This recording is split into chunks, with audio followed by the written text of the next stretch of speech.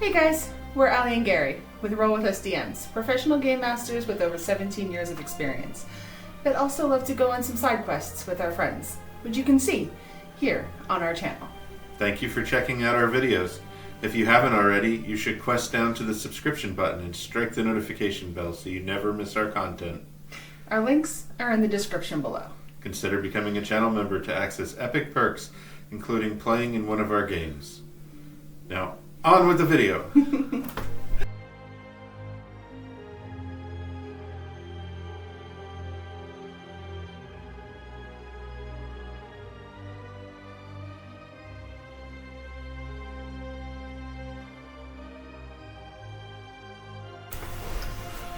Alright, testing this out. First time, short rest. Taking a short rest with me, thank you very much. I have my coffee, Dungeon Meowster.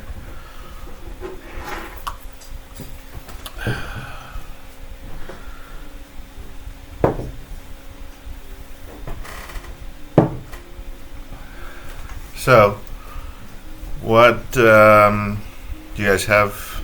Like the green screen. Thank you. Thank you. And it kind of blends into my library as well. You'll have to teach me how you did that. Yeah, no problem. So I was thinking I was going to talk about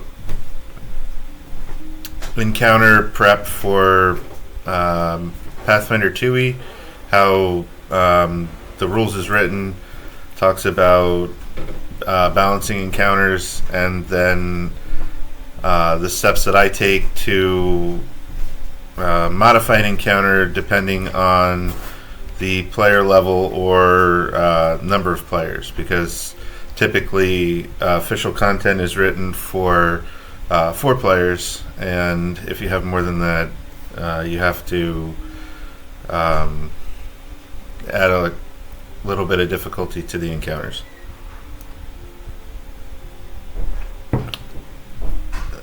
The other thing I was going to talk about maybe was homebrewing magic items, and I had made one on the fly on Tuesday that I'm pretty proud of.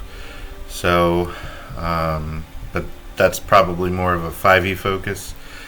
But I actually got inspired on some 2e items as well. So, thank you. Yeah, I thought so. And considering I didn't have it planned out ahead of time, I think it's pretty cool. Do you want me to start with that?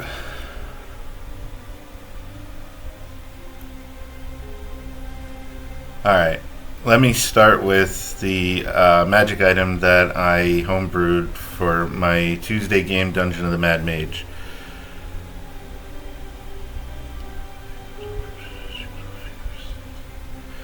I don't know what that first time chat thing is. Anyway, so the backstory is that my players were in the Dungeon of the Mad Mage, had made it to Skullport, which is a town that's kind of an offshoot of the dungeon, and they ran into a wizard who wanted to take out Xanathar, who is Beholder. He led them into Xanathar's hideout, which is an offshoot of Skullport, and while there they ran into the Beholder, but rather than take him out, they took a job offer from him. I think they're planning to take him out eventually, but he gave them a magic item for agreeing to work for him. And I was trying to think of like a standard bearer that somebody might carry into battle that he gave to them, and I knew I wanted it to be something that they would want to use and keep rather than just discarding, so I gave it a pretty cool ability, I thought, which is it has 3 charges, and as an action they can like plant the bearer into the ground, plant the flag, and expend a charge to have the banner use a random beholder eye ray against the target of its choice. Its choice being the key there, because the players, I mean, as long as they're working for Xanathar, it's not going to shoot the players most likely, but it's a safeguard in there so that they can't use the bearer against Xanathar himself.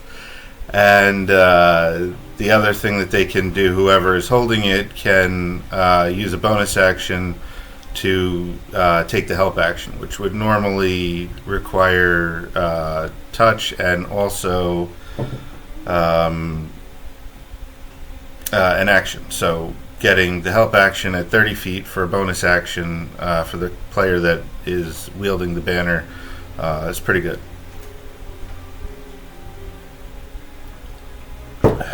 So, but pretty flavorful.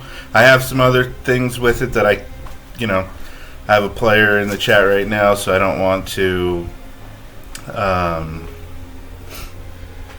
give away too much, Zanny, but tell them about the headband. Okay. So I have a request from In-Person Alley, who wants me to tell you about the headband that I had homebrewed. And if it was me, I would forget. Forget that I have a player in the chat, or forget what it did. Or forget about the headband, because that was a long time ago. Anyway, for my first ever 5e game that I ran, if you spoiled anything for me. Oh, no, I'll be careful not to spoil anything, and I guess your goblin brain will forget anyway.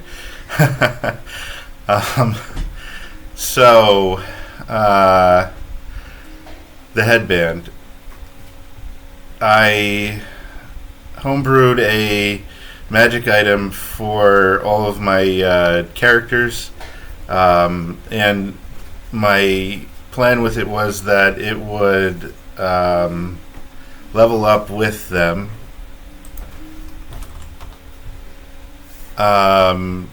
So every time they would level, the magic items would unlock new things, and they were very custom and worked with the characters and their backgrounds, so that the one player was playing a monk and he wanted a magic headband. So I was like, okay, how did you get this headband? He said he killed his master and took it. So I was like, okay, cool. So I made it sentient, and it had his the soul of his master that he killed in the headband, and eventually it could make him do like Dragon Ball Z type stuff, Kamehameha, spirit bombs, and instant transmission, so on and so forth, depending on what level he was. But once a week, it would summon the ghost of his master, who would like belittle him constantly for like a session. And eventually his character actually died, and then I had his spirit get absorbed into the headband, and then one of the other players picked up the headband and put it on. So then the monk player character that was dead would haunt the player that was then wearing the headband. So that's the headband story that Allie in person asked for.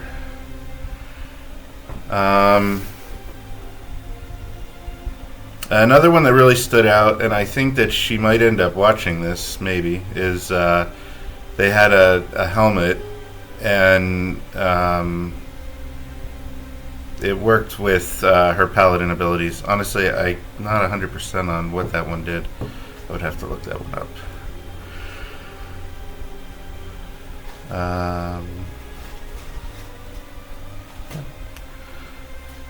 So I will switch over to I think, yeah.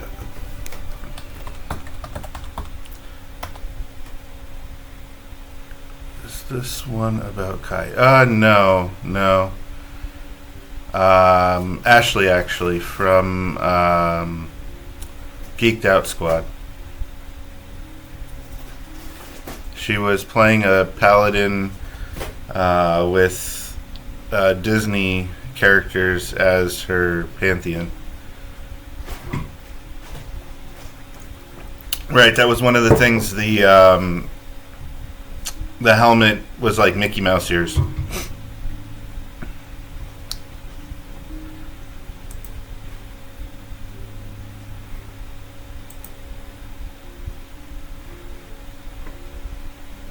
Donald, kill them all.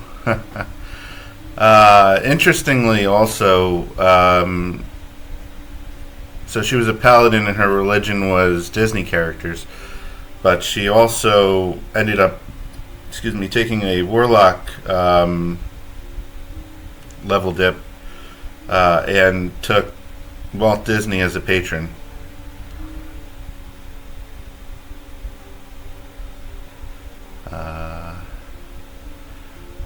That campaign is currently rebooted in Pathfinder 2E, which the Glorious Stump King is currently taking part in. But it's very different this time. Some similarities, but very different otherwise.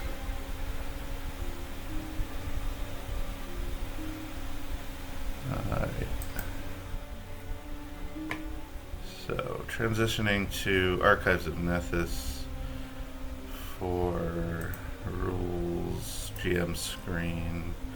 I think this is probably easier than me grabbing. I do have on my glorious bookshelf my GM screen, which I always have open when I'm running Pathfinder because it has so much valuable information on it.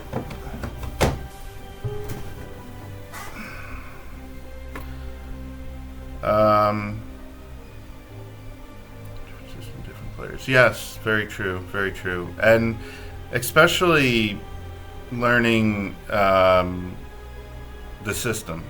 I feel like there's a lot more to take in Pathfinder. All of the items. There's so many more items. Not just magic, but the different metal types that really don't come into play in D&D. And just how items work, how they're built. Like, I feel like I'm finally comfortable enough that I could have homebrewed more items, and I might start homebrewing more items. But the truth of the matter is that when I first started running that game, I had only been playing Pathfinder 2e for like 3 months. And when I first ran my first 5th edition game, I had been playing 5th edition for 5 years. So I was very comfortable with like homebrewing stuff at that point right off the bat. Although I did learn you make your players very powerful if you're not careful, which means that you can and have to throw harder threats at them. So, I mean, there is that benefit, I suppose. So I saw Miko joined. Did you have any questions? I was otherwise going to move on to changing up difficulties for encounters.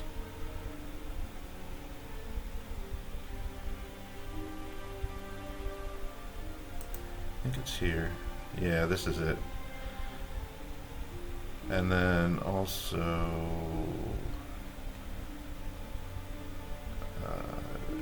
encounter budget. Yeah, both of these are what you need. And I am blocking it. Okay, now I'm not. So essentially, if you want a moderate encounter, it's 80 XP worth of monsters, 20 for character adjustments. So if you only have 3 players, then you subtract 20 from the 80, and 60 XP becomes a moderate encounter for 3 players. If you have 5 players, then you would add 20, and then you would budget 100 XP for the encounter. If you have 6 players, as I do sometimes, then it's 40 XP added to the 80, or 120. So essentially a 6-person party can handle what would be a severe encounter for 4, but just it's just moderate for them.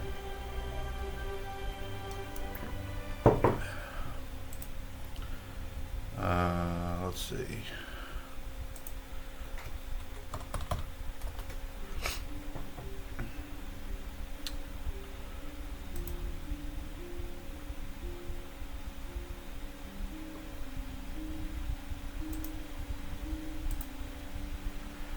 This is the game that I'm running tonight, Troubles in Otari. Just easier for me to get like an example.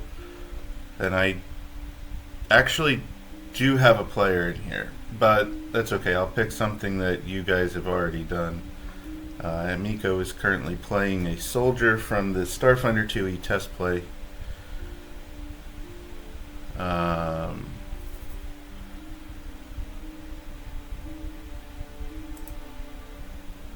So this is the Shroom Farm, and it is a moderate 3 encounter. So being a moderate 3 means that for 4 level 3 characters, it's a moderate encounter. So if the players are level 3, then it will be, and there's only 4, it will be moderate. If you have a 5th player, as I do, I have to add 20 XP to this. So the Hellhound is creature 3, and there's 2 wolves that are creature 1. So if I go back over to here and I look at, so the party is level 3. That means that the on-level Hellhound is 40 XP, and the wolves are creature 1, so they're 2 levels lower than the party, so they're worth 20 XP each. So the 2 wolves at 20 XP each is 40 XP. The Hellhound at 40 XP is 80 XP all told. 80 XP is a moderate encounter, but I needed to add another 20 XP to this battle. So what I had to do was pick another creature that was 2 levels lower than the party, and that would add 20 XP. So what I did, I think I can switch to that map. Shroom Farm. And I added another wolf. Well, actually, when I ran this encounter, one of the players was missing. So you see that I put this wolf with a red dot. That red dot told me in my prep that if I had 5 players, I was going to add this wolf. And if I only had 4 players, then I was just going to run the encounter as written. So in my prep, though, the simplest creature to add to an encounter with Hellhound and 2 wolves was just to add a 3rd wolf for the extra 20 XP, thereby making it a still a moderate encounter, but for 5 players. Sometimes this has led me to swap out a monster, and in that case what I'll do is I'll put a red dot on the 2 that I'm considering swapping, and I'll put a 4 in the red dot. So if you guys aren't familiar with Roll20 and how that would work, I'll take Lieutenant Dork as an example here. And if I put a red dot and then while I'm hovering over that, I push 1, it'll give me a 1. But like, let's say I put a 4 because that's if I have 4 players. And I think if I zoom in, that will be better. Yeah. Could probably zoom in even more.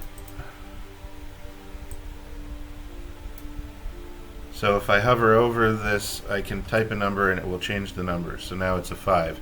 So maybe I use Lieutenant Durock if it's 5, like let's say he's a monster, and then if I only have 4, maybe I use Pendle, both players, but just as an example. And then I would hide them in the GM layer, of course, and then use the one that I want to use. But I have my options there. If I have 5 players, if I have 4 players.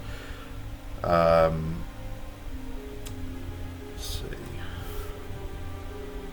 And another thing that I would do sometimes is you can also make a monster elite, which, as far as I'm aware, it increases the monster's level 1 by 1. So, like, if I wanted to, I could have, say, made the Hellhound elite, and then it would have gone from the party level 40 XP to party level +1, which would be 60 XP. So, rather than adding the 3rd wolf, I could have also made the Hellhound elite. That would have been 60, and then 40 XP worth of wolves would have been my 100 XP for that.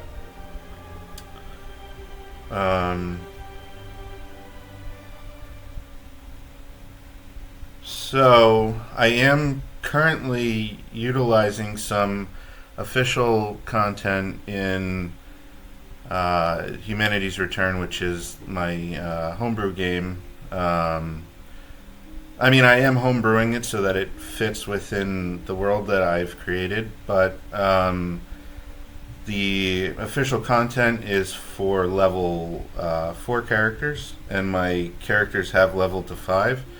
So, for an example for that, I don't want to pull up the official content because Glorious Stump King is still playing in it. But I will say that it will say in the module that an encounter is built for, it's like moderate 4. That means that for 4 level 4 characters, it's 80 XP worth of monsters. But because they're level 5, that means that the threats that are included are lower than they should be. So, I'm trying to think of an example.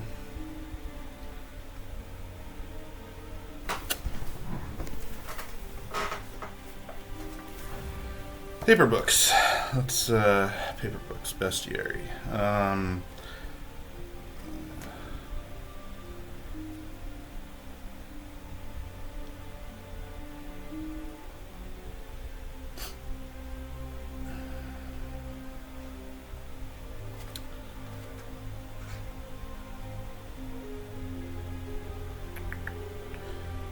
Tigers. They are creature 4. So it was a moderate encounter for 4 4th level characters. Glorious Stump King will probably remember this encounter. It was the one where Aker got his face chewed off a bit. But so being on level,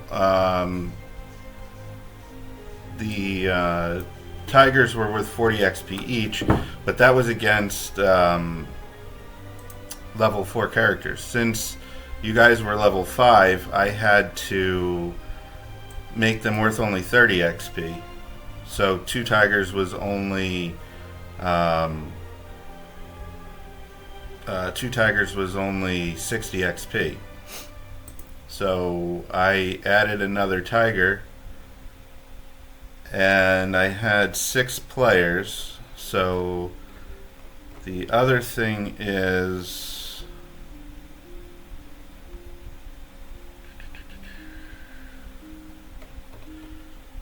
yeah, so with 6 players in a moderate encounter, hello, oops.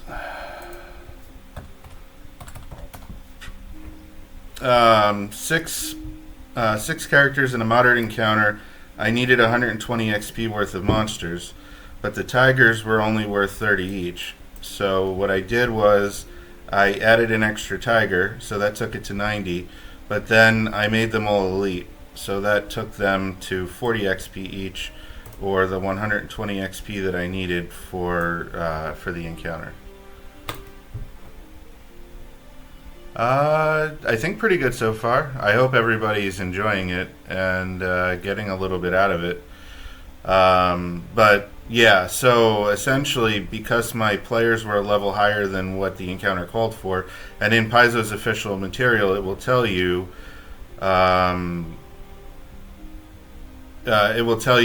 what the difficulty is. So there's trivial, low, moderate, severe, and extreme, and it will tell you what the level is for, and that will be immediately afterwards. So like the first time I saw moderate 2, I was like, what does moderate 2 mean? But that's what it means. It's moderate for a level 2 party, and Paizo considers a party 4 characters. So and then you just use these adjustments to adjust it. But when your players are a higher level than the module calls for, you just have to figure out what the new threat level of the monsters are, which is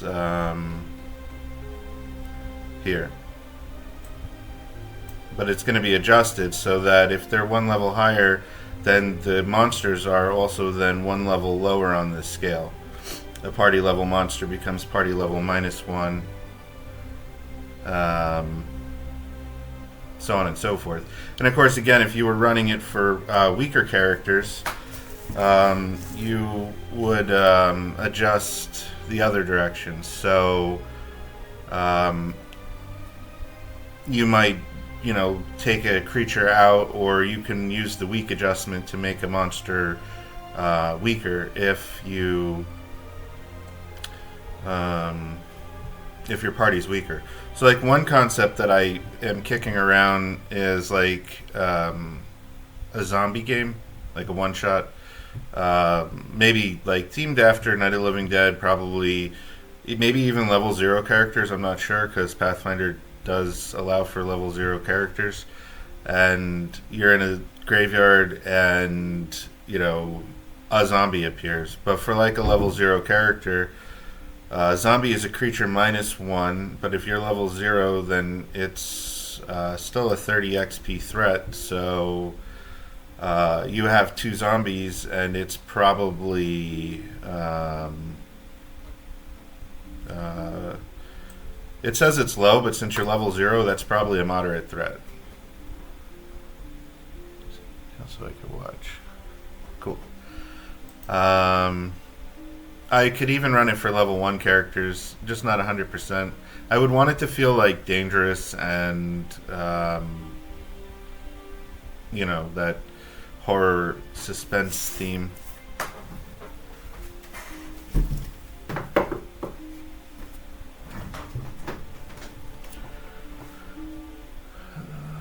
Screen share. Transition. So back to the library. I think I pretty much went over everything that I was planning, but I can elaborate some, or if you guys have questions. There's a question. How many level 1s would you have in a scenario before it would become easy? Which system?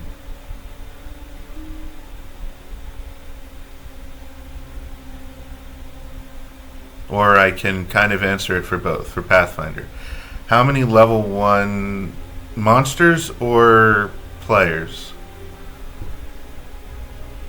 Yeah. I can try to answer that for 2nd edition, for sure. How many level 1s are they level 1 monsters for like what's the what are we talking about? Level 1 monsters to a party, or how many like players? Having a lot of first level players ganging up on an easy creature becomes not much of a challenge. Okay, so Yeah, let me. I'm going to actually switch back to screen share so that I can show you this. So, I mean, a lot of first level ganging up. Okay, so if you're first level and you wanted to purposely make an easy encounter. So, like a trivial encounter, let's say, if you wanted to make a trivial encounter, it would be 40 XP or less. But let's say you even just wanted a low encounter, because that is it is 60 XP. Although for every character beyond 4, you would add 15 XP to keep it at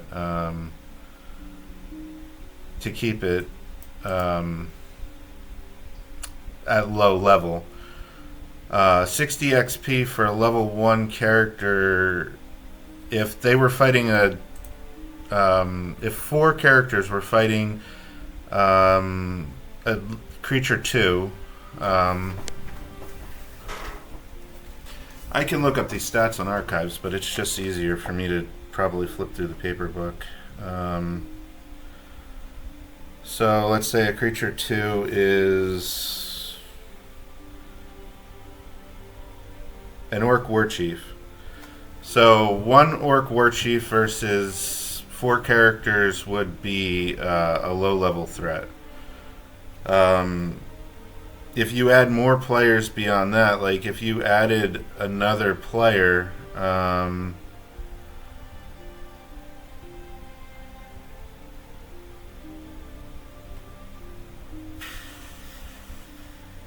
I don't usually think along like adding players in that regard, and still trying.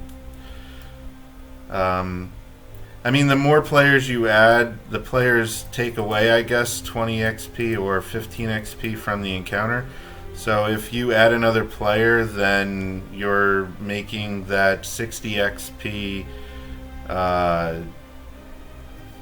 Orc Brute into a 45 XP Orc Brute, and if you added a 6th player, then you would be dropping his challenge down to, because I assume the math works in both directions. So you would add 30 or take 30 away. He would be like a 30 XP trivial threat for 6 players. If you were working in the opposite direction, that's what the math tells me, because you would just. So you could balance it out with X amount of XP proportionate to the challenge they are facing. Yeah, I mean, that's the one thing that I really do like with Pathfinder 2e's encounter building, is that everything's relative to the party. So like let's say you have, in this case, level 1 party of 4 players. Every creature that you add is off of this chart here, above my head here. Shoot. And it's this complex hazard XP, which I think is also here. Yeah, this is it here too. So if you were taking a party level threat, which would be level 1, it would be 40 XP. So if you want to add a first, like a creature 1 is how they're described. It could be a wolf. So if you have 2 wolves, that's a moderate level threat for a first level party, because moderate is 80 XP.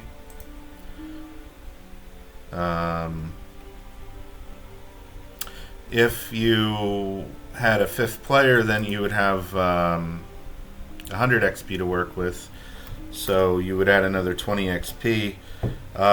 If you weaken the wolves, then they would count as 1 level lower, as far as I understand. So they would go from creature 1 to creature 0, and that would be 1 level lower than the party, which is why Pathfinder 2e uses creature -1 and creature 0, so that you can have creatures 1 and 2 levels lower than a first level party.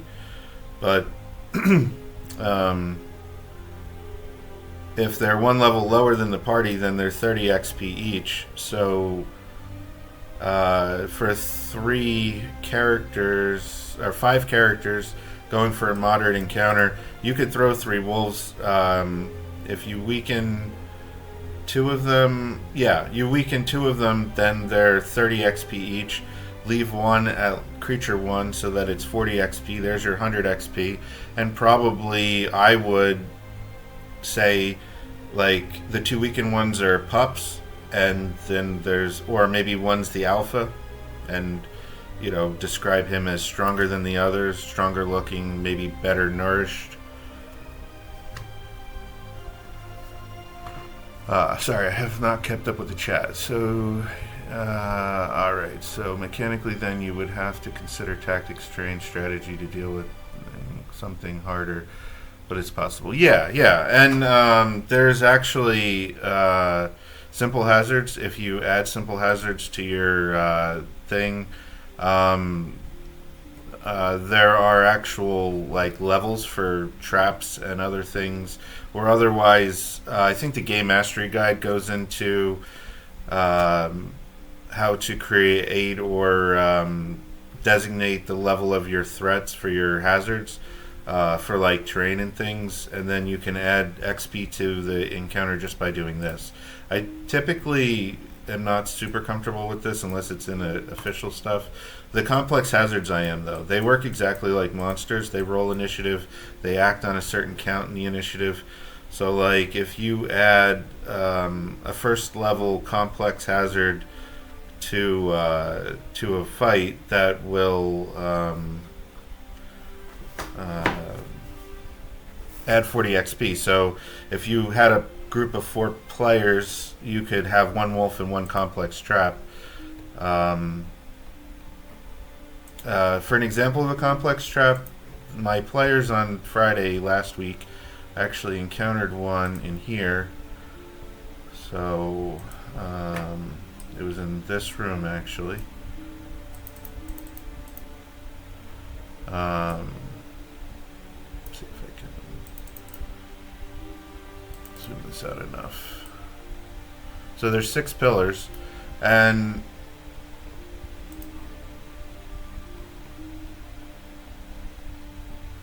it is a moderate 3 encounter. So moderate encounter for level 3 characters. And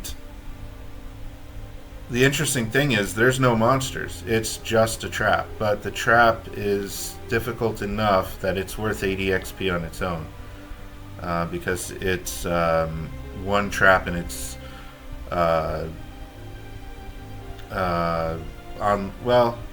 actually it's on level, but it's a moderate threat, so I don't know, maybe it is actually, no, it's actually 2 levels higher, right? It's a hazard 5, so it's 2 levels higher than the party, the trap is. So to go back to archives, the party is level 3, the complex hazard is 2 levels higher than the party, or 80 XP. So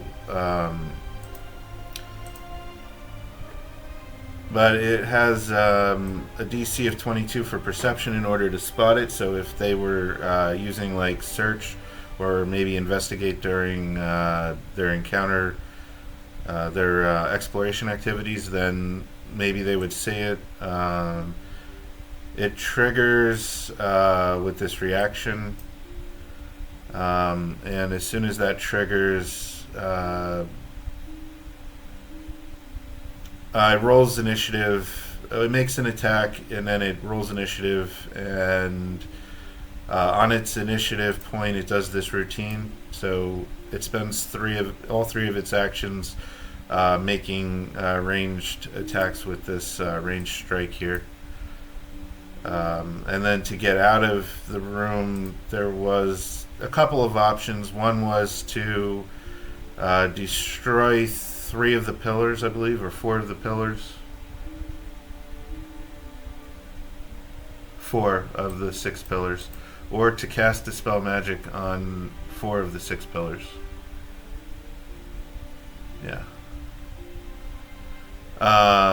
But here's another interesting thing to note, in case anybody's ever interested in running official Pathfinder material. When it says moderate 3, or actually, I mean, even if it's not official from Paizo, and I'm sorry, I'm behind in the chat again. When it says moderate 3, that's also the XP value for the encounter. So in this case, that encounter is worth 80 XP. And everybody gets awarded the 80 XP, so the whole party. It's not like in 5e where you add up the XP and then divide it by the players. And in the case of, let's say I have 5 players and it says it's a moderate, and so I've added 20 XP, that encounter is actually not worth 100 XP. It's only worth the 80 for the moderate, but every player gets 80 XP. You never add this character adjustment. You never add that to the XP that's awarded. That's just to balance the encounter, and then the encounters are worth this amount here, whatever the XP budget is. Also to note, for anybody not familiar, in Pathfinder you level up always at 1,000 XP. So if you're using XP leveling, so at 1,000 XP level, so when you're getting, 80, well, not 80, like 120 XP or 80 XP, like 10 to 12 encounters, and you're leveling, usually, depending. All right, let me go back to the chat. I should put us back in the library too. Yeah, transition. Alright, so mechanically, when you would consider tactics terrain, how would Pathfinder rate this? A big wolf that can't swim across a river being faced by 3 rookies with bows and arrows wouldn't be much of a challenge. Yeah, you could count the terrain in the player's favor and probably lower the wolf's creature level, his threat level, because that's kind of what the creature level is anyway, is a threat level. Wouldn't the wolf just leave? Yeah, I mean, the wolf would leave. It could leave. I mean, I guess it's up to the GM how they run it, but yeah, I'd have a monster run if it was pointless, depending on what the monster is and their tactics. But a wolf that's getting peppered with arrows is, yeah, likely not to continue trying to swim across a river. That, a wolf would probably have self-preservation.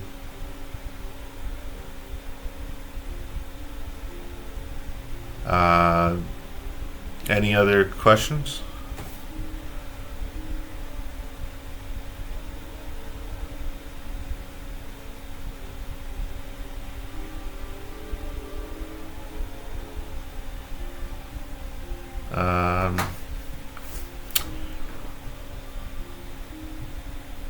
So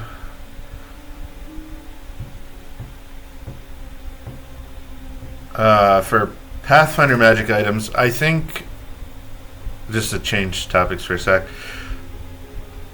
becoming more used to what the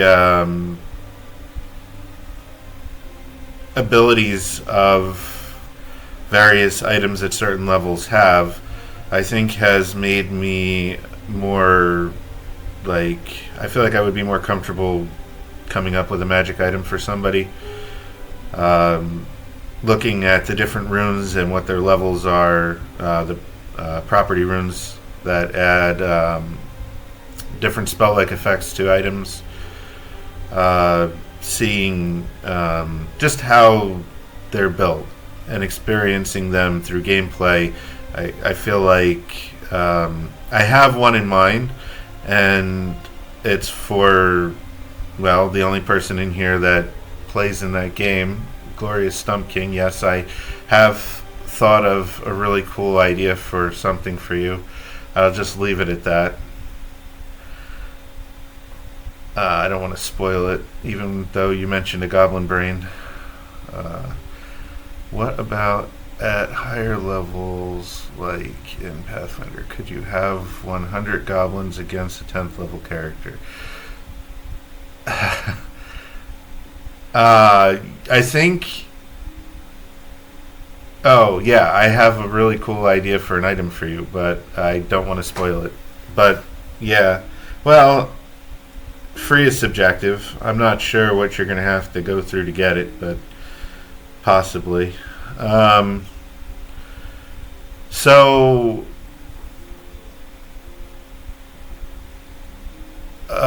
you could keep theorizing. I don't want to give away too much. I think it's pretty cool, but maybe, yeah. I mean, maybe you give me an idea there. Maybe it will be a guitar.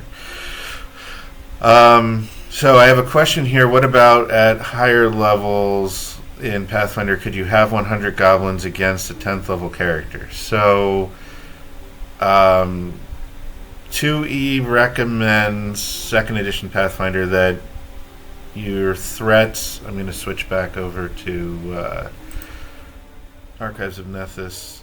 As you see here above my head, that there are like XP values for creatures up to party level -4 and up to party level +4. And with the way that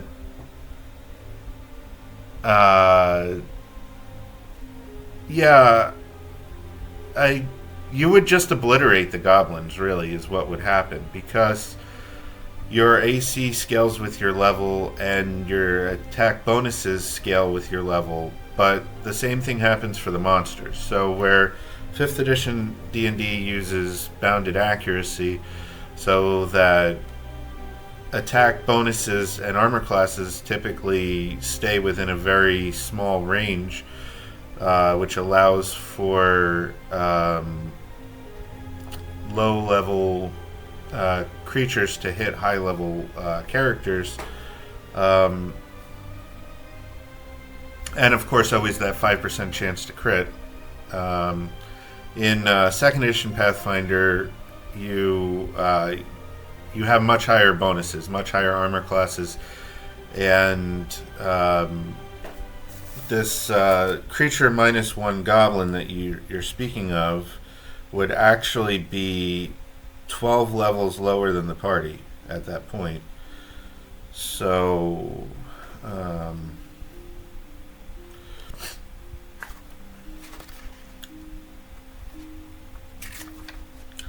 your Goblin Warrior -1 has an armor class of 16. A 10th level character is going to have +10 to hit just from their level. Plus, they're likely, I think, expert in weapons, so +4. It's 14. And they probably at that point have +5 to their primary abilities. So another +5. So they're swinging like +19 to hit against a creature with a 16 armor class. So even if you rolled a 1, which would be a critical failure, you would still hit them, because the critical failure is still a hit, so it reduces... Oh, no, wait. A critical failure would fail. Yeah. Yeah, it would change the hit to a fail. That's the only way that you would possibly miss them. 2 through 20 you hit, and you would crit them on anything 7 or higher. And crits in Pathfinder are devastating. So you would probably do, like, I don't know, 50 to 70 damage at level 10, I would think, to a goblin that has 6 hit points. Oh, and yeah, that's right. That +19 is not even counting, like, bonuses from, like, striking runes and that. So you might have, like, +21 to hit at that point. And in that case, +21... I mean, you would still miss on a 1, but you would crit him on a 5. So, yeah, you would obliterate him. The problem is that there's a bunch of them, but then the other thing is, can they hit you? Well, they have +8 to hit, but your armor class at level 10 is 10 from your level plus your training, which, I don't know, let's say expert, but I mean, it depends on the class. So let's say you're an expert, that's +4, plus you probably have you might have a +2 potency rune at that point, maybe. So that would give you 12 plus, you're usually getting +5 from your armor, could be +6. But let's just say +5. So like +17 to your AC would be like +17, so like 27. And he has +8. So he would have to roll, I think, a 19 or a 20 just to hit you. Yeah, he would probably have to roll a 9, if my math is right on that, +8. And you have like a 27. Yeah, he'd have to roll a 19 just to hit you. And on a 20, he would crit you. But then he's also only dealing a d6 slashing, and you would have over 100 hit points, I'm sure, or at least close to 100, depending on your class. So it wouldn't be a fun battle, because not for the dungeon master, not for the players, because you're just going to obliterate the goblins, and more than likely they're not even going to hit you. Don't you have to roll twice to confirm? First edition Pathfinder, yes, and second edition, no. Second edition Pathfinder uses degrees of success, which is, I think, one of the strengths of the system, to be honest, because you can score a critical for 10 higher than the DC or the armor class, and that goes in both directions. So in that case with the goblin that has a 16 armor class, if you get a result of 26 or better, then you crit them. And if your bonus to hit is, let's go with not level 10. Let's say you are level 3, which is probably the highest that you would fight them, because then they would be 4 levels lower than you. Your to hit would be, let's say you're just a standard martial, not a fighter, so you're just trained in weapons. You would have +2 from the training, +3 from your level, so +5, and +4 from your primary ability, so +9, and they have a 16, so you crit them on a 17, 18, 19, or a 20.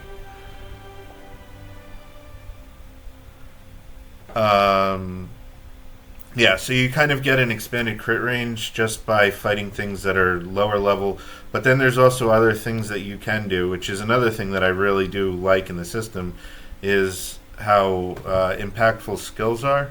Just going to transition back to the library. Like, you can feign a creature, use a feign against them to make them off guard or flat-footed, which will give them -2 to armor class. So then you take that goblin that has a 16 armor class and you make it 14 if you can make them flat-footed by either flanking or feigning, or if you find another way to do so.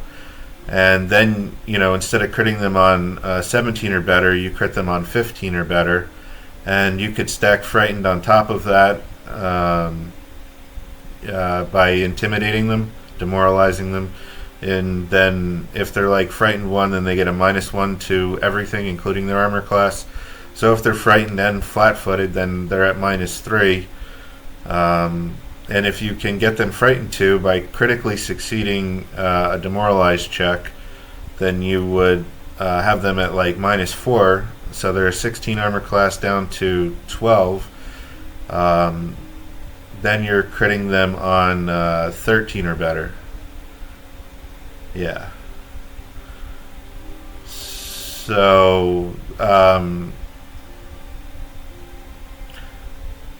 high level and dangerous encounters, I think, really come down to in Pathfinder. It comes down to tactics and like, can you make creatures off guard or flat-footed, as it used to be called, or frightened, so that you can lower their armor class. And then there's other debuffs that you can apply. But if you can like lower their armor classes, then it makes it easier to hit, easier to crit. And it's one of the reasons that the fighters are like glorified in 2nd edition, is because they start with expert proficiency in all weapons. So they have a +9 to hit at level 1, where the best that the other marshals get is +7. And that +2 might not sound like a lot, but again, when you have like this goblin, the fighter is critting him with a +9 on what would he need?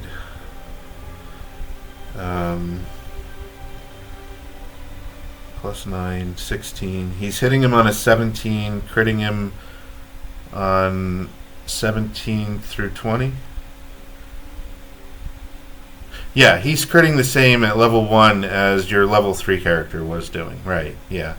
And, by level 3, in that example, he's still an expert. The others are only trained, so he's still +2 better. So where they're critting at 17, he's critting this goblin at 15 on a roll.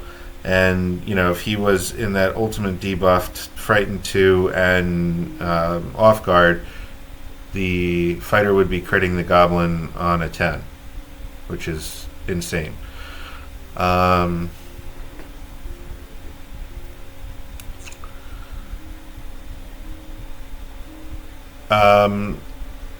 the line of crits, the fact that you can critically fail stuff is also an interesting aspect to Pathfinder 2nd edition, because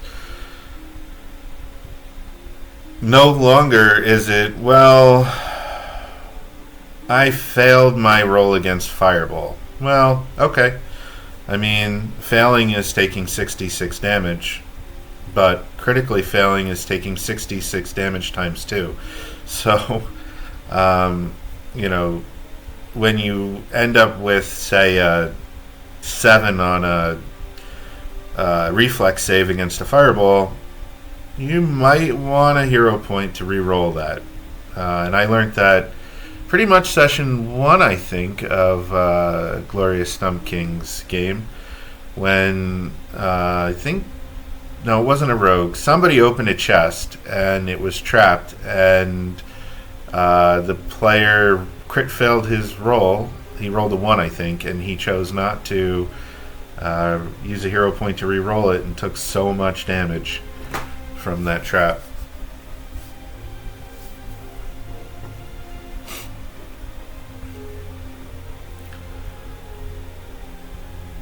But definitely, I think anytime you roll a die, in Pathfinder 2nd edition, it's definitely exciting, because it's not just you succeed or you fail. Like, you can critically fail, and it can be absolutely terrible. I can speak to one recently. I was playing in Pathfinder Society, and we were on a boat, and I critically failed my fortitude save for seasickness, and I spent the entire session seasick, which gave me a -1 to everything for the entire session. So I was like, whatever. I critically failed my fortitude save. Yippee-doo. I'm not going to hero point that, because it's just a fortitude save for on the boat. So maybe one encounter I'll be sickened or something, or sickened too. Nope. I was sickened for the entire session. So, yeah.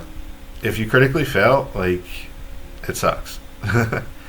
But it also sucks for monsters when they critically fail. So, like when you cast that fireball and you see these crit fails, and minding that crit fails are not just ones. Like if your saving throw DC is like 24 and they roll a 3, they critically failed. So, they're going to take double damage on a fireball that would normally just deal flat damage. So it feels good as a player in that regard too. And the other thing that I think makes, with spellcasting, that makes spellcasters feel better is that even on cantrips, there's usually half damage on spells so that they don't feel completely wasted. So even if they succeed, you still get something, as long as they don't critically succeed. And even for a spell like Fear, if they critically succeed, nothing happens. If they succeed, they're still frightened 1. The spell still has an effect even if they make the saving throw, which I think, again, like when you're using a spell slot, the fact that you at least get something feels good. And then if they fail, then they start getting really screwed. So frightened 2, and then if they critically fail, which I have seen, one of my friends in the first games of Pathfinder 2e that we were playing was the beginner box, and one of the player characters critically failed against a fear spell. So he was frightened 3 and fleeing for a round. So frightened 3 was -3 to his AC, his attacks, to everything, and he had to spend his next turn, all 3 actions, running as far as he could from this creature. So quite debilitating to crit fail against Fear or a lot of spells, really.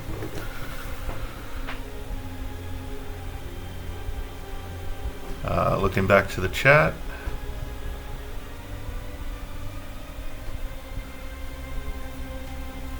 I'll just continue on the crit thing unless I get another question.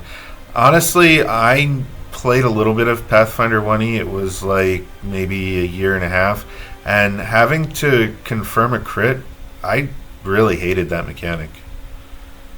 I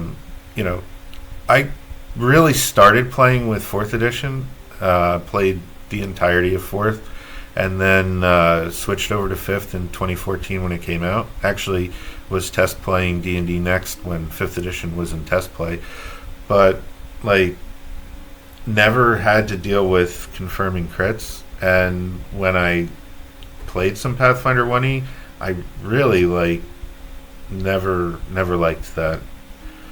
It just felt bad. Like you roll a 20 and it's not a crit. And I guess it's not, I don't remember exactly. I think you just had to hit. You didn't have to roll another 20 when you were confirming a critical.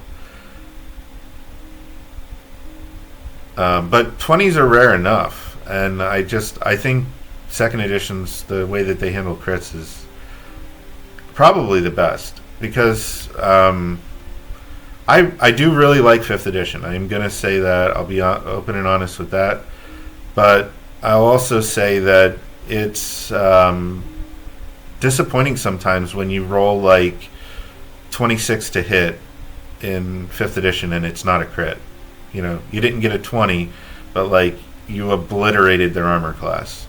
So I really like the 10 above, 10 below. I don't know that it works well with bounded accuracy, and I think it definitely doesn't play well with advantage and disadvantage, having 10 below, 10 over. I think advantage and disadvantage is too strong for a plus 10 critical system that Pathfinder uses.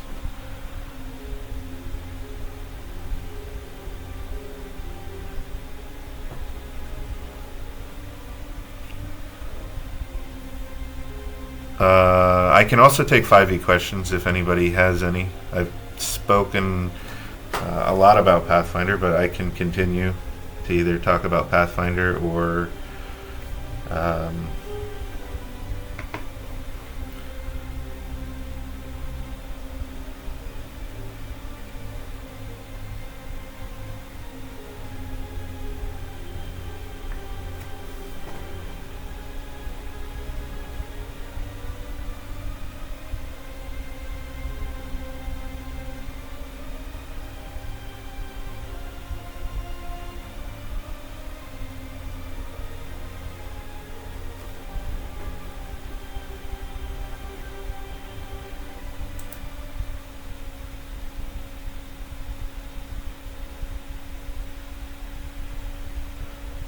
Okay, it looks like I still have 7 viewers. Still getting used to how this works.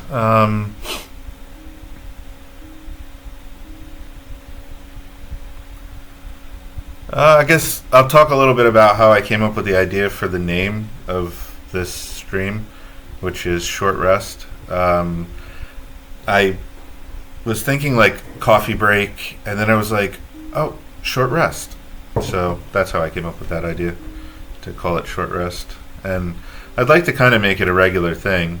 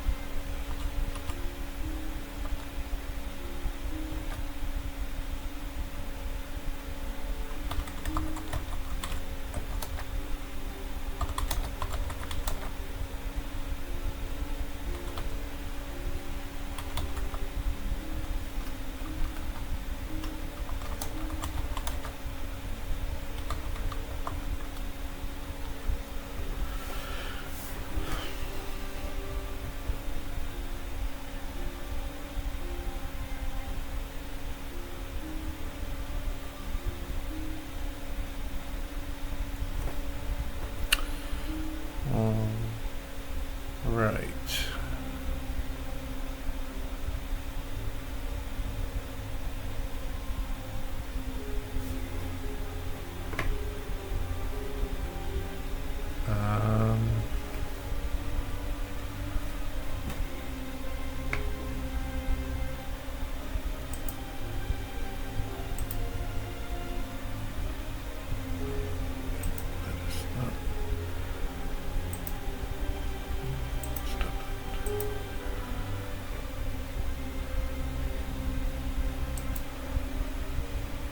Yes, tells me I have 9 viewers.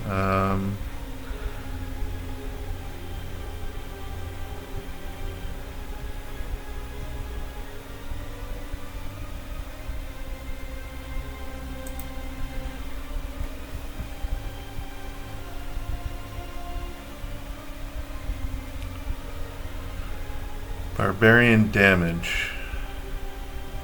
Yeah, I have seen Barbarian and Gunslinger, because both played by the same person, actually. But shout out to Gibgar.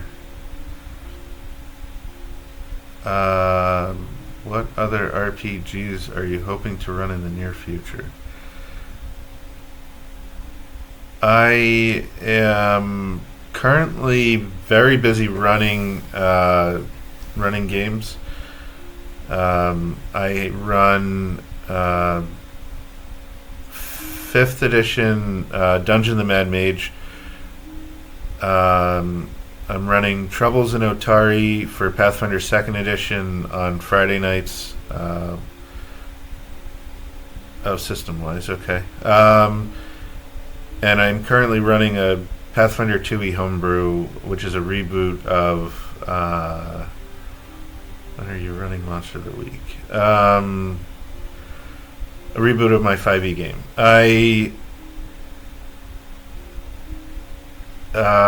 can run Monster of the Week if people are interested in playing it, yeah.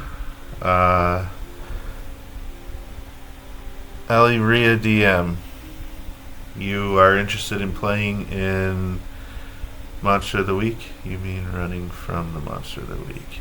Yeah, Monster of the Week's a good game. I can put together a Monster of the Week game. Let's see. Yeah, definitely not tonight. I have potentially a paid game Monday, but that's if I have players for it. So if I don't have players for it, rather than just like giving up that time slot, I'll have to talk with you. I'm sure that Ali Ria DM is Ali. I'm not 100%.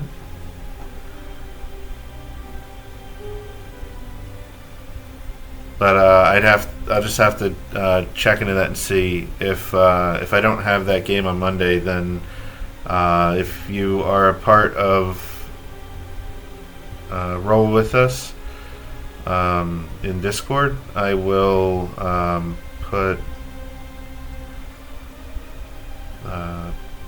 up a posting for it. Ever heard of Shiver? No. What is Shiver?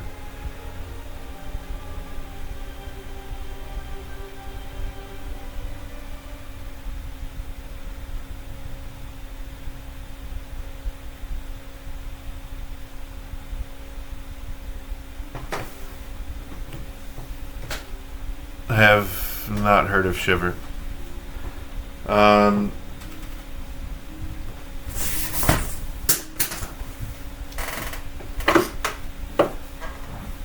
I do, yes, play other games than and run other games than just Pathfinder 2nd Edition and 5th Edition Dungeons and Dragons. So, Monster of the Week has a very heavy, either like Buffy the Vampire Slayer or X-Files theme to it.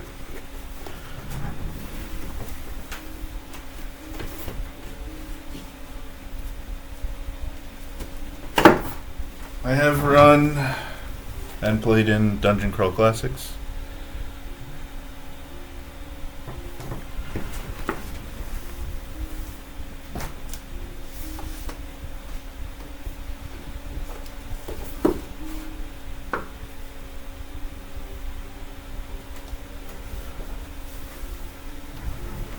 My Cthulhu book is not on the bookshelf. I haven't actually run Cthulhu. I do enjoy playing Cthulhu. I'm probably honestly interested in giving it a shot running it, but being that it would be the first time that I'd ever run it, I would just need a little patience.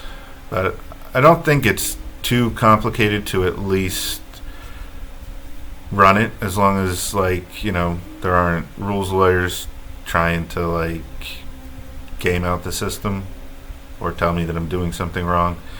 But I would say Vampire the Masquerade, no. This new system got released. D6 little pictures on the dice. Yeah, sounds interesting. Shiver sounds interesting. One thing that I would give as advice to anybody that is thinking about running a game mastering, dungeon mastering, it's all pretty much just make believe with your friends. So, you really need nothing, in the sense that you don't need rule books. You don't need you and your friends could sit around a table and just play make believe, which is pretty much what a tabletop role playing game is. You don't even need dice, but you have the dice and you have the rules that kind of foster the story in the game that you're playing / telling. But I think sometimes people get caught up in they need to know everything ahead of time. They need to be an expert at a system. I would say that it was easier for me running 5th edition when I first started game mastering, because I had played it for 5 years first. So as a player, I understood the rules in general, and I understood what characters were capable of. I understood magic items and their power levels. But at the same time,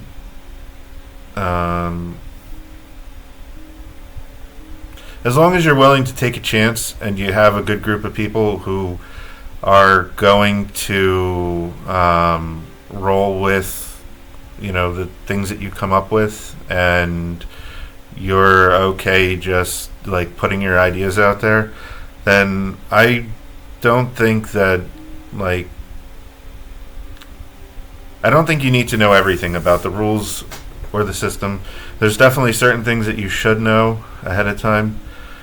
Like, before I ran Pathfinder, I read over the core rule book. I read over the Game Master section in the core rule book.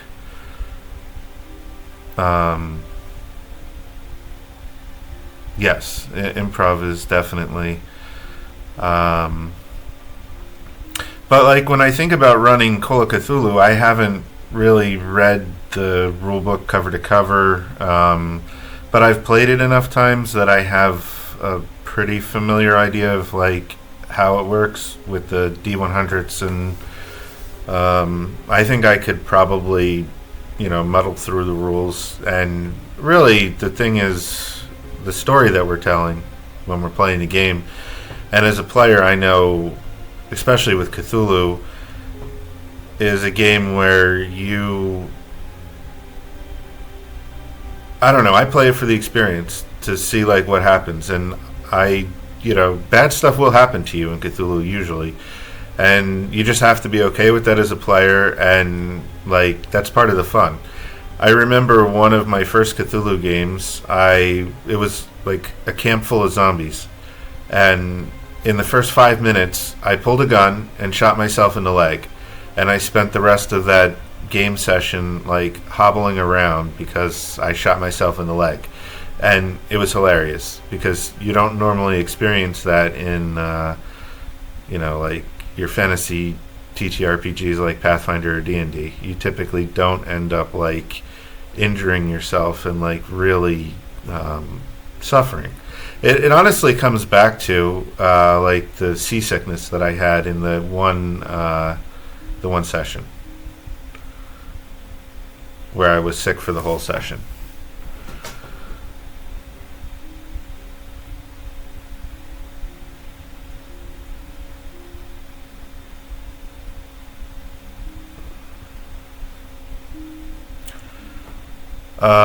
I would say like another thing. Some injuries are yes.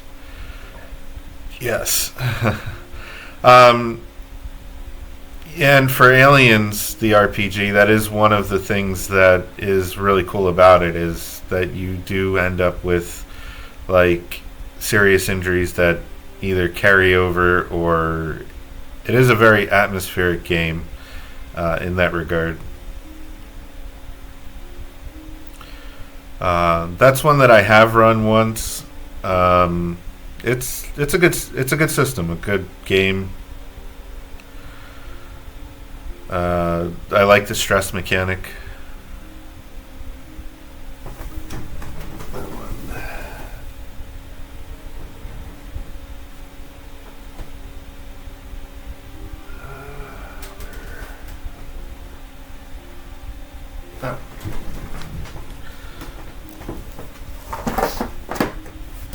Allie was using it. I forgot. Alien.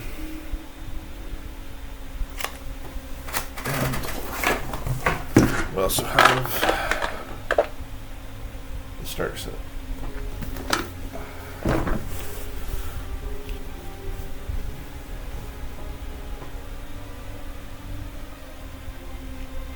And right, everything is... I don't know how to point this way. There we go. That way. Everything's also that we usually run is listed over there.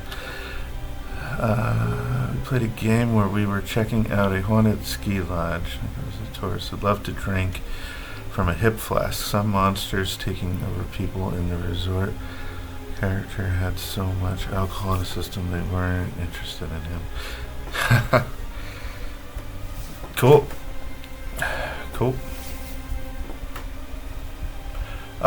But another thing that I would like to maybe do with these short rest videos is to help people with learning to GM, or just like prepping or getting started with a game. There's a couple people on the Roll With Us Discord that I have been trying to help with game prep for things like Lost Mines of Phandelver, which I've run 3 times so far. So I'm very well versed in that one for 5th edition. But I wouldn't mind taking one of these short rest videos and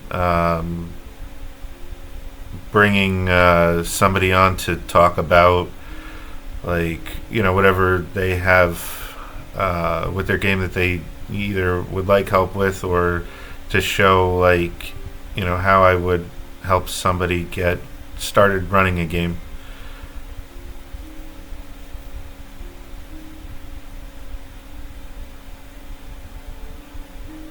Off to a great start, boss. Gonna have to go. I'm afraid it's time for dinner. Oh yeah, that time difference. What are you having? Anything good?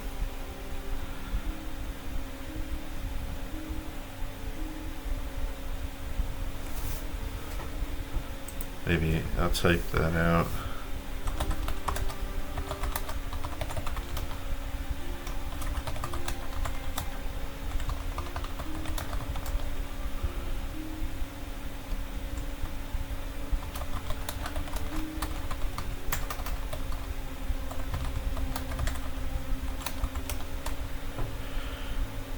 All right.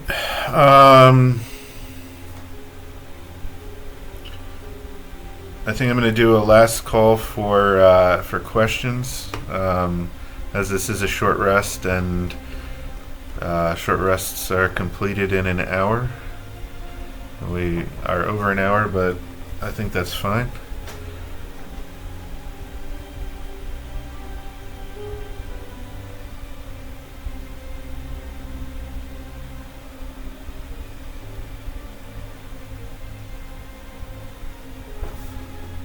Do one last check on how many people I have, and looks like watch now with 8 viewers. So it looks like we have 8 people.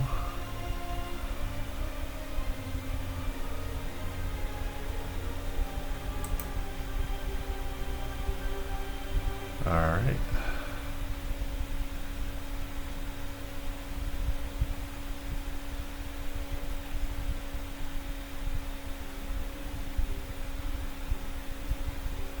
Well, I'm not sure if a link to the Discord is down below, but I will try to make sure it gets there. And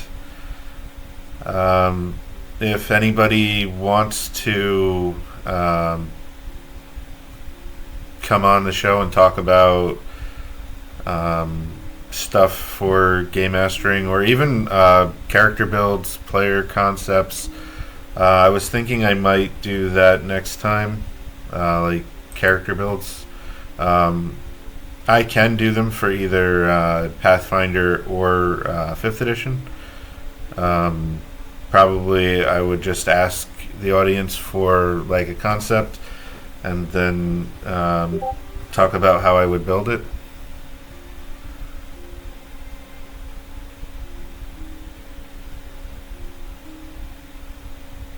But I'm also open to whatever content that you guys would like to see.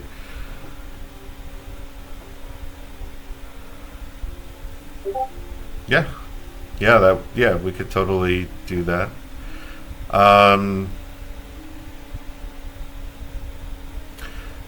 The only thing that I don't really like with this Twitch streaming is that I have to run off of a text chat, and there is a way to add people, but I need to figure out what that looks like. But I think for this concept of me helping somebody voice on Discord,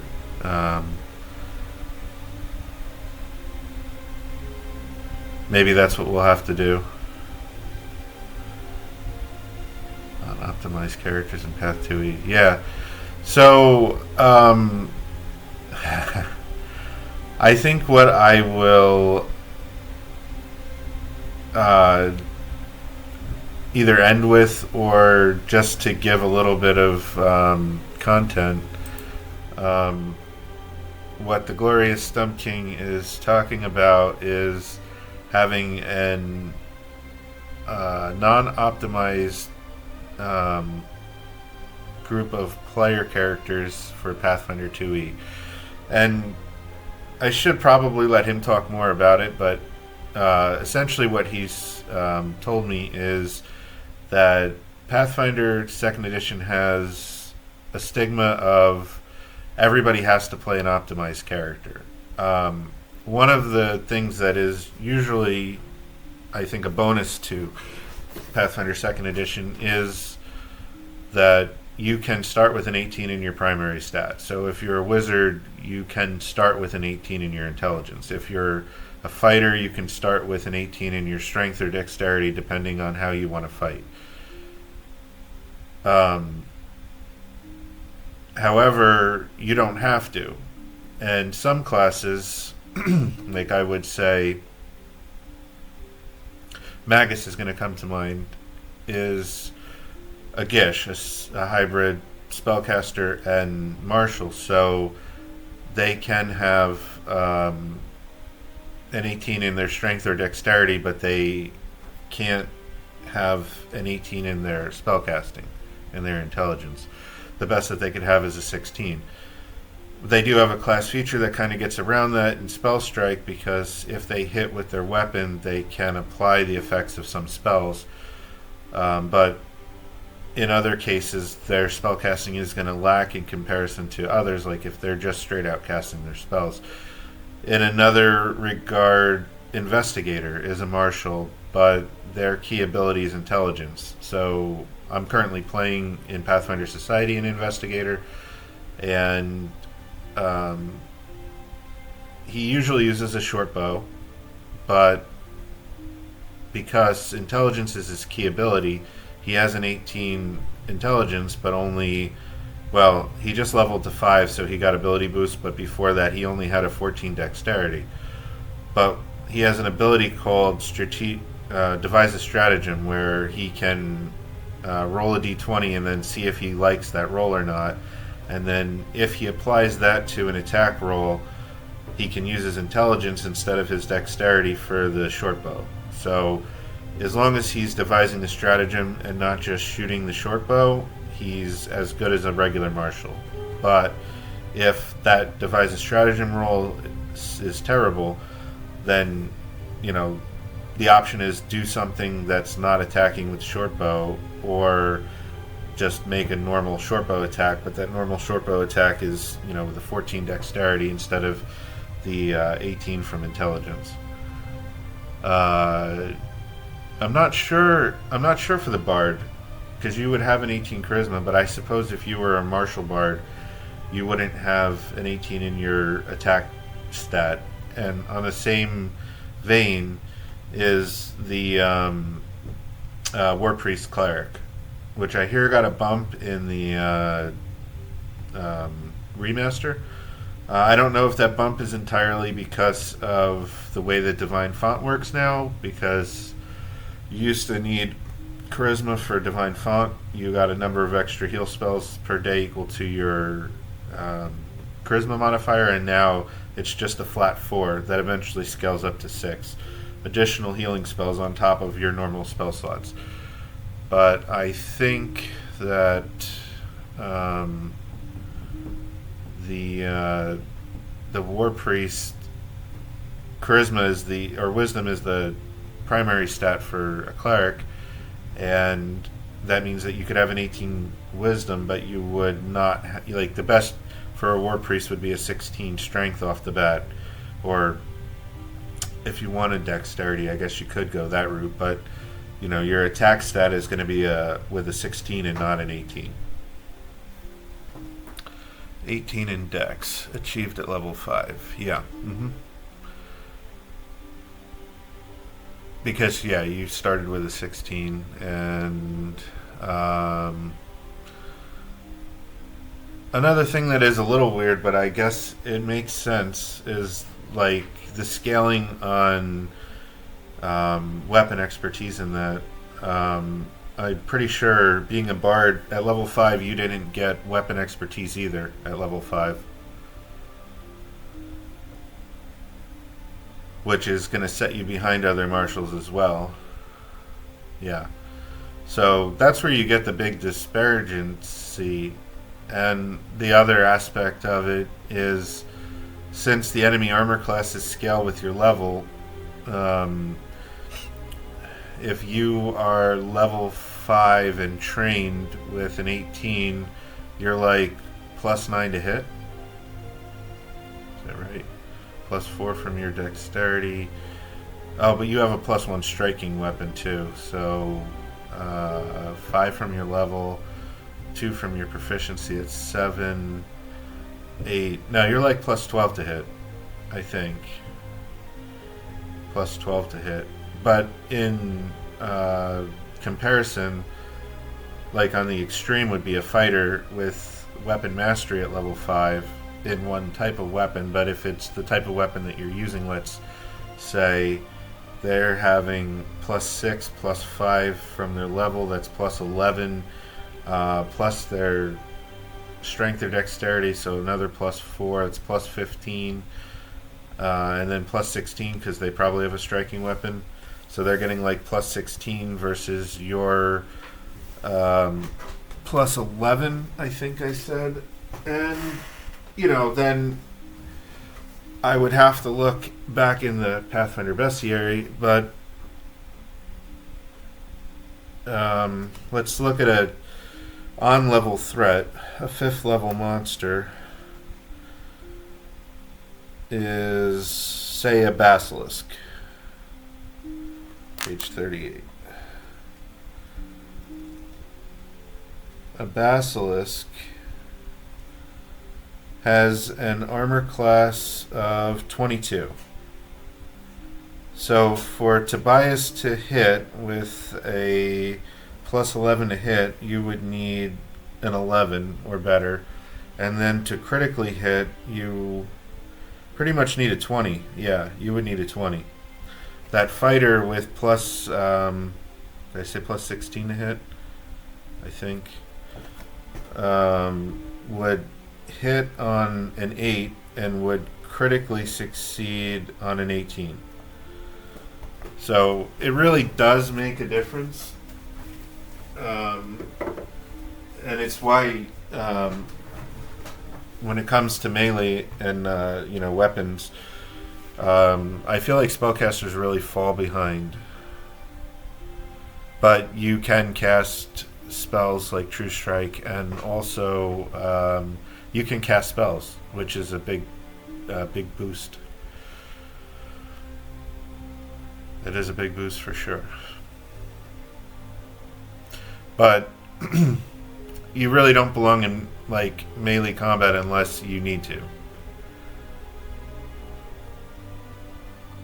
Like last resort, because you can't keep pace with the other marshals. And it's nothing to do with your character, it's just that's the way that the system's built.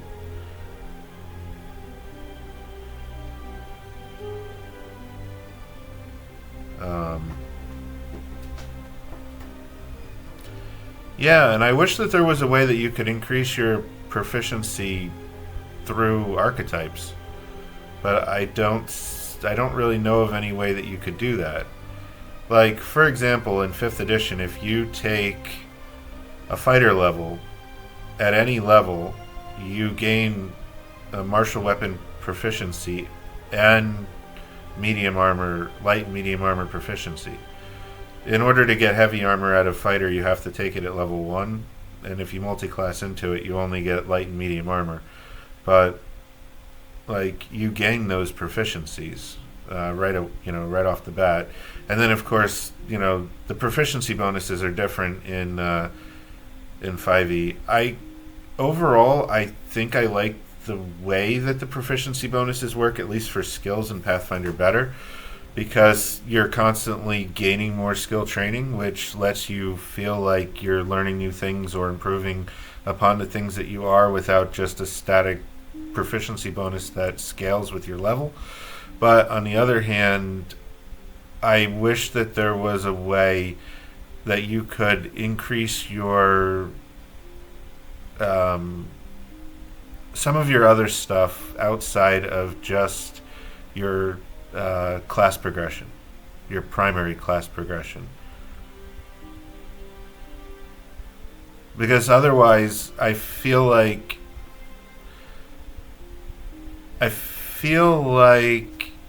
Pathfinder 2nd Edition gives you so much character customization and so many options, but then some of them just seem to fall flat, or you have to play them a certain way, or they're not as viable.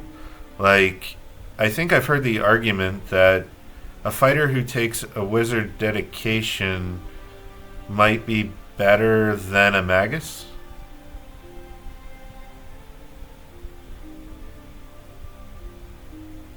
Maybe.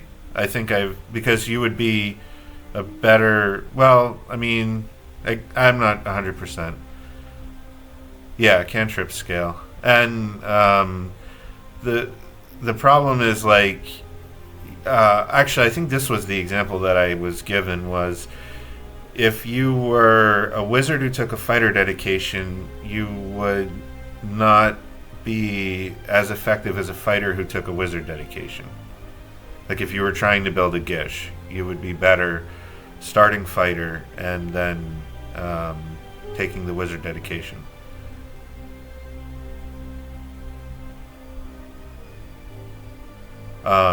When I think about, though, like, say, homebrewing or, like, adding to a game, when I think about Pathfinder 2nd Edition, I almost feel like it's too late, but maybe it's not, to add it to my Saturday homebrew.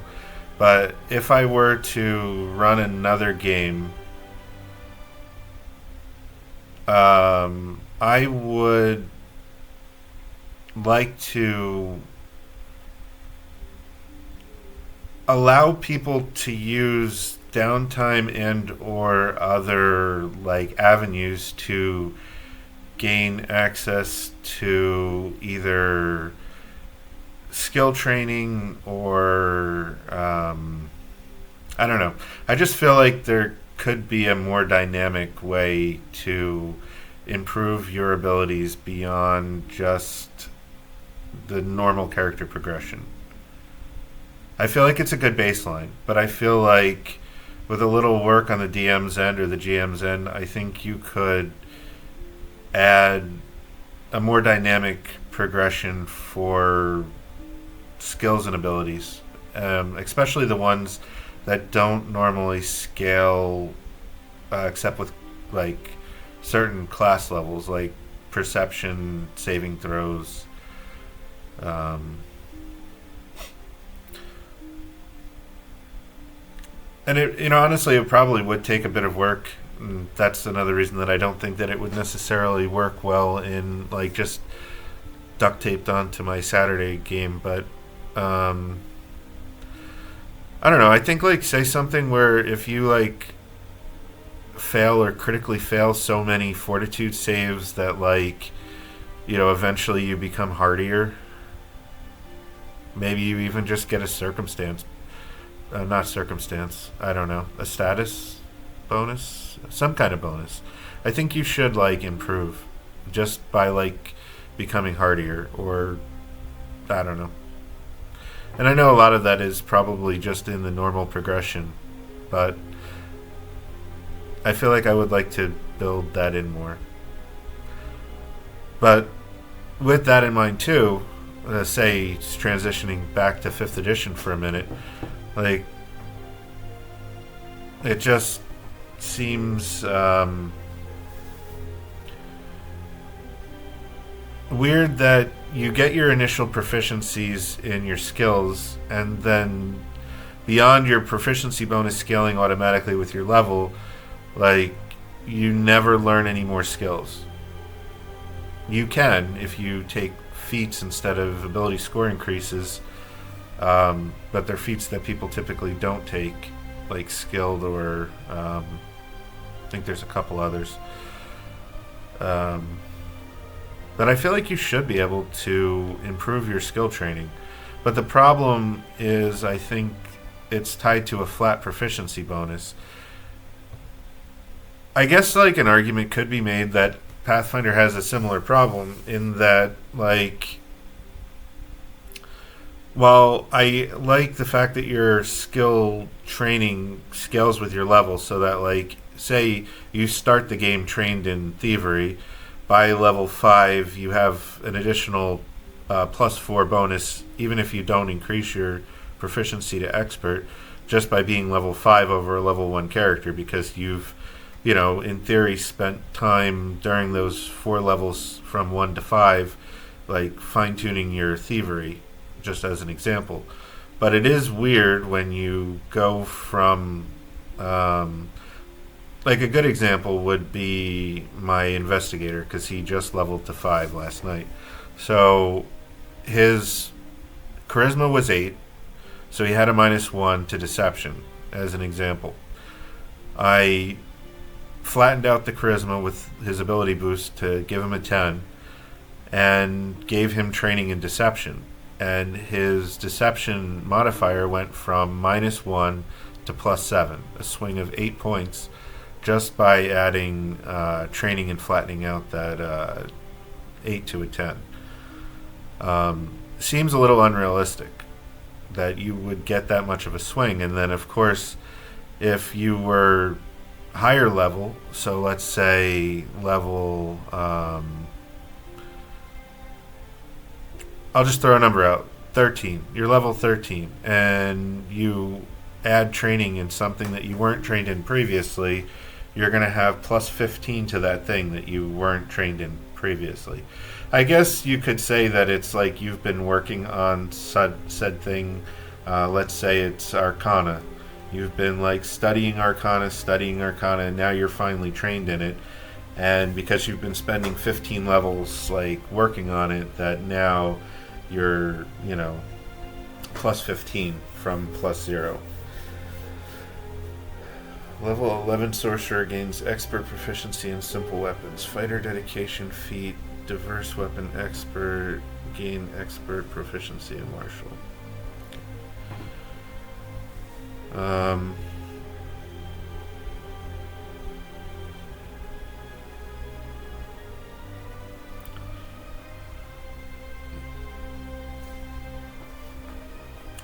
So, yeah, I think I'm gonna just hit this quick, which was Glorious Stump King's idea for his game. I had suggested that he consider the player characters probably one level lower than they actually are. So, like, if we are level, you usually like to start at level 2. So if we're level 2, then I would, if I were planning out an encounter, I would count us as level 1. And if I were building a moderate encounter, which is 80 XP, if I were using, I just got rid of my book, but let's say the wolves are creature 1, I would,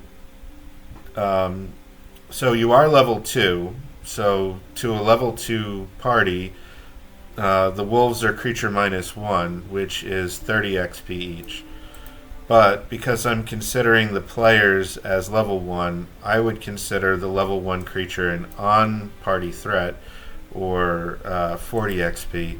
And then if you use 2 wolves, you have your moderate encounter. That's how I would suggest, encounter budgeting would be. Just count the party as a level lower, and you can get away with throwing, a non-optimized party against threats. You just need to adjust the party level, I think, and then build for, your adjusted party level, whatever that might be. But I can go more into that, next time, or when I have the Glorious Stump King on.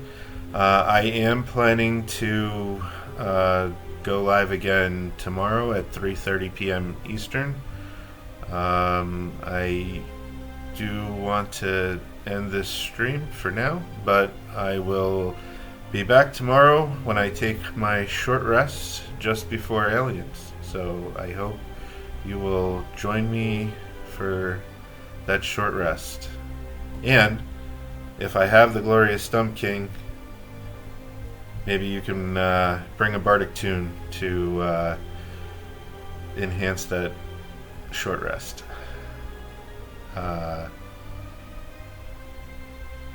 Later. Thank you for watching. If you enjoyed the content that you just saw, consider joining one of our games at StartPlaying.Gaming /RollWithUsDMs.